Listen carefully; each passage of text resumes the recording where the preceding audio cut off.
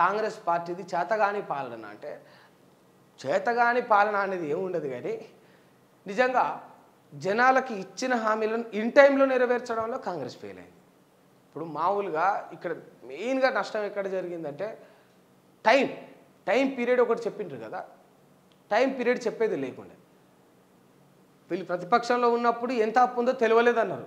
సరే పాపం కేసీఆర్ కొంచెం జాదు ఏమో దొరకకుండా దాచిపెట్టిదేమో, లెక్కలు బయటికి పొక్కనీయలేదేమో, అసలు అప్పుడు ప్రధాన ప్రతిపక్షం ఉన్న కాంగ్రెస్ అంత ఎడ్డిదేమో గుడ్డిదేమో కనిపించలేకపోయిందేమో అనుకుందాం. అధికారంలోకి వచ్చిన తర్వాత వితిన్ ద వీక్లోనే వీళ్ళు అన్నారు ఈడ బంగారు లంకె బిందెలు ఉంటాయనుకుంటే మచ్చికుండలు ఉన్నాయని ముఖ్యమంత్రి గారే ఒక స్టేట్మెంట్ను జారీ చేసిండ్రు. ముఖ్యమంత్రి గారే పలికిండ్రు, అది మనం అందరం కూడా చూసినాం. అంటే మీకు తెలిసింది, మరి మీకు తెలిసినాక కూడా స్పష్టంగా మీరు ఆ లెక్కలను చూసినాక కూడా స్పష్టంగా మీరు ఇక్కడ ఉన్న అప్పులను చూసినాక కూడా ఇక్కడ వస్తున్న ఆదాయం మీకు అర్థమైనాక కూడా ఎట్లా మరి 100 రోజులని చెప్పిండ్రు?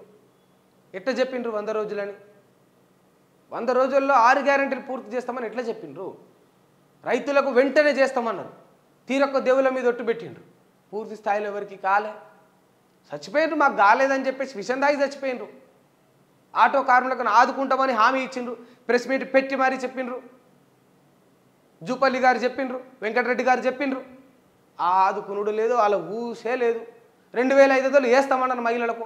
ఆలస్యం అవుతుందమ్మా, జర ఓపిక పట్టుండ్రి, ఏమనుకోకుండ్రి, మీ తమ్ముని జర అర్థం చేసుకోకుండ్రి, మీ అన్నని జర అర్థం చేసుకోండి, ఇక్కడ గిసోటి కష్టం ఉండదని చెప్పాలి. మీ నాయకుడు వచ్చి అయిపోయింది మహిళల అకౌంట్లో పడ్డాయని అంటారు బహిరంగ సభలో.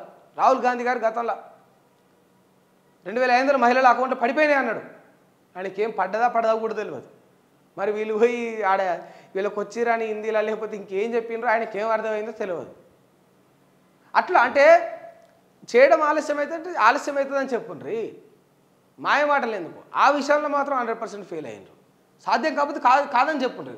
తులం ఇప్పుడు తీసుకుంటే కళ్యాణ లక్ష్మి వచ్చినాక తీసుకుంటే దానికి తోడు తులం బంగారం అని మీరే అంటివి.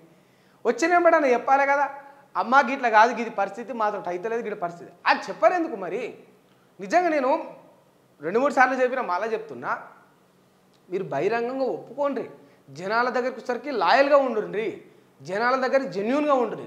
అమ్మ ఇది అవ్వదమ్మా, ఇక్కడ కష్టం ఉన్నది తల్లి, ఒక్క నెల రోజులు ఓపిక పట్టుండ్రి, ఒక్క 6 నెలలు ఓపిక పట్టుండ్రి. మీ తమ్ముడిని నమ్మి మీరు 5 ఏళ్ళ అధికారం అంటగట్టిండ్రు కదా, ఒక 6 నెలలు ఓపిక పడితే నేనేందో చూపిస్తా, నాకు కొంత గడువు గిట్ల చెప్పాలి. గది ఉండదు, గది శాత కాదు, జెన్యూనిటీ లేదు ఈ రాజకీయ నాయకుల దగ్గర. అబద్ధాలు అయిపోతే తెల్లారి కల్లా కాకపోతే నన్ను రాళ్ళతో కొట్టురు అంటారు. తెల్లారి కాదు కదా, అసలు తెల్లారులు 100 అయినా కూడా జనాల జీవితాలు బతుకులు తెల్లారాయి, కానీ వీళ్ళు తెల్లబట్టలు వేసుకొని ఈ జూటా మాటలు ఇప్పుడు మాత్రం మారు. ఇదైతే వాస్తవం.